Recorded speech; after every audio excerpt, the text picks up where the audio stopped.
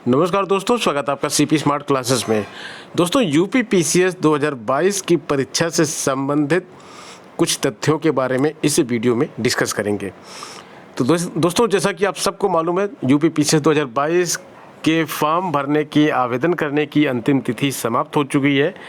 छात्रों ने अंतिम तिथि को बढ़ाने की मांग की थी, लेकिन अभी जो आंकड़े जारी हुए हैं उसके अनुसार ऐसा लग रहा है कि ये तिथि बढ़ेगी नहीं और फाइनल आंकड़े अब जारी कर दिए गए हैं।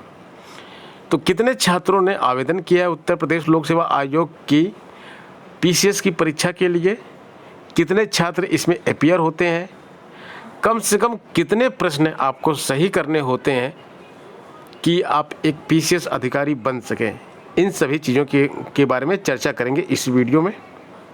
तो दोस्तों, सबसे पहले ये देखिए, यहाँ पे लिखा है यूपी पीसीएस एग्ज़ाम 2022 के लिए 6 लाख से ज़्यादा आवेदन हो चुके हैं। एक पद के लिए 2442 दावेदार हैं। मतलब कि आपको अगर पीसीएस अधिकारी बनना है तो हर एक पीसीएस अधिकारी बनने वाले छात्र को 2420 लोगों को पीछे छोड़ना होगा, पछाड़ना होगा इनको, तब जाकर पीसीएस अधिकारी बन पाएंगे।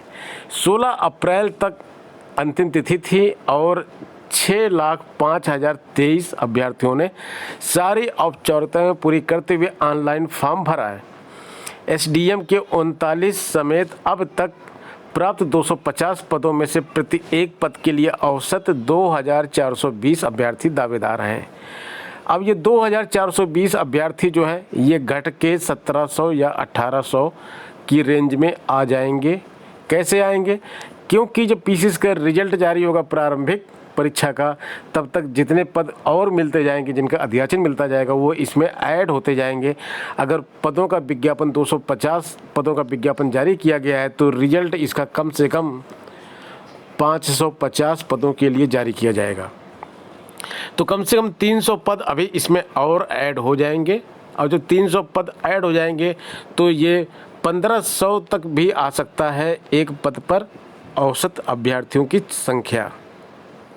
आगे लिखा है, इसी बीच आवेदन की अंतिम तिथि बढ़ाने की अभ्यर्थियों की मांग पर आयोग के सचिव जगदीश का कहना है कि अंतिम तिथि बढ़ने की कोई गुंजाइश नहीं है। ऑनलाइन फीस जमा करने की अंतिम तिथि 12 अप्रैल के दिन 84,135 अभ्यर्थियों ने फीस जमा की। उसी दिन 76,927 अभ्यर्थियों ने अपने फॉर्म अंतिम रूप से ऑनलाइन जमा कर दिए। आवेदन के अंतिम दिन 16 अप्रैल को 7,334 अभ्यर्थियों ने अपने फॉर्म अंतिम रूप से जमा किए हैं। आयोग का तर्क है कि यदि सर्वर की समस्या रहती तो इतनी अधिक संख्या में ऑनलाइन आवेदन कैसे होते। तो जो आवेदन करने की अंतिम तिथि है वो भूल जाइए कि ये फॉर्म दोबारा भरे जाएंगे, बात ख़त्म हो गई। ये डेटा फाइनल हो गया कि 6 लाख प्लस अभ्यर्थी इस परीक्षा में बैठ रहे हैं। 6 लाख प्लस क्या, 6,05,023 अभ्यर्थी इस परीक्षा के लिए आवेदन कर चुके हैं। अब सबसे पहले क्या होगा, कुछ अभ्यर्थियों के फ़ोटो सिग्नेचर से रिलेटेड एक लिस्ट जारी की जाएगी। जिन्होंने सही से फॉर्म नहीं भरा होगा उनकी एक लिस्ट जारी की जाएगी। उसमें कुछ लोग अपना सुधार लेंगे, कुछ लोग नहीं सुधारेंगे, क्योंकि वो सीरियसली फॉर्म भरे ही नहीं है, पीसीएस के लिए सीरियस है ही नहीं।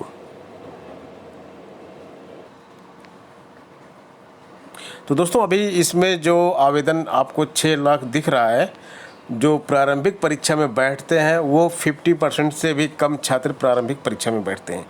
आवेदन तो कर देते हैं, लेकिन जब परीक्षा देने का टाइम आता है तो बहुत सारे लोग परीक्षा छोड़ देते हैं। तो ये मान के चलिए कि 3 लाख के आसपास लोग इस परीक्षा में बैठेंगे। फिर आप अनुमान लगा लीजिए कि एक सीट पे कितने छात्र आएंगे। एक सीट पे 700 या 800 छात्रों के बीच में कंपटीशन होगा। ये हो गई एक बात। और दूसरी बात ये है कि पीसीएस बनने के लिए कितने प्रश्न आपको सही करने होते हैं। 2 पेपर होते हैं, पहला पेपर जीएस का होता है, दूसरा पेपर होता है सीसेट का। तो सीसेट के पेपर में आपको पासिंग मार्क, केवल पेपर क्वालिफाइंग होता है ये, इसके नंबर मेरिट में नहीं जोड़े जाते हैं, केवल आपको पास करना होता है इस पेपर को। और जो जीएस का पेपर होता है, अगर सामान्य कैंडिडेट है तो 110 प्रश्न अगर आपके सही हैं, गलत प्रश्नों को हटा के, तो आपके चयन होने की संभावना बहुत ज़्यादा रहती है। हालांकि पदों की संख्या और पेपर के स्तर के ऊपर मेरिट बहुत कुछ आगे पीछे होती है। 95 पर भी कभी कभी क्वालिफाई हो जाते हैं जनरल कैंडिडेट, और कभी कभी 120 तक भी मेरिट जाती है। लेकिन 110 एक अच्छा स्कोर होता है, और अगर 110 तक का प्रयास किया जाए, 110 तक की तैयारी की जाए, तो समझिए कि आपका पेपर अच्छा हो रहा है। तो PCS 2022 अभी तो फॉर्म भरे गए हैं, आप लोग लग जाइए, इसमें परिश्रम कीजिए। और प्रारंभिक परीक्षा बहुत बड़ा रोल इसमें प्ले करती है, क्योंकि जो प्रारंभिक परीक्षा में पास हो जाते हैं उसके बाद मुख्य परीक्षा आती है। मुख्य परीक्षा में बहुत ही कम परसेंटेज पे PCS अधिकारी बना जा सकता है, क्योंकि प्रारंभिक परीक्षा के नंबर मुख्य परीक्षा में नहीं जोड़े जाते हैं। और मुख्य परीक्षा पूरी तरह से थ्योरेटिकल होती है, और उसमें बहुत कम परसेंटेज पे ही चयन हो जाता है, उसके बाद फिर इंटरव्यू होता है। तो प्रारंभिक परीक्षा एक ऐसी परीक्षा होती है जिसको क्वालिफाई कर पाना हर एक स्टूडेंट के बस की बात नहीं होती। कई छात्र ऐसे होते हैं जो मुख्य परीक्षा में तो अच्छे नंबर ला सकते हैं, लिखने का तरीका उनको मालूम है, लिखने की शैली उनको मालूम है, लेकिन वो प्रारंभिक परीक्षा पास कभी भी नहीं कर पाते हैं।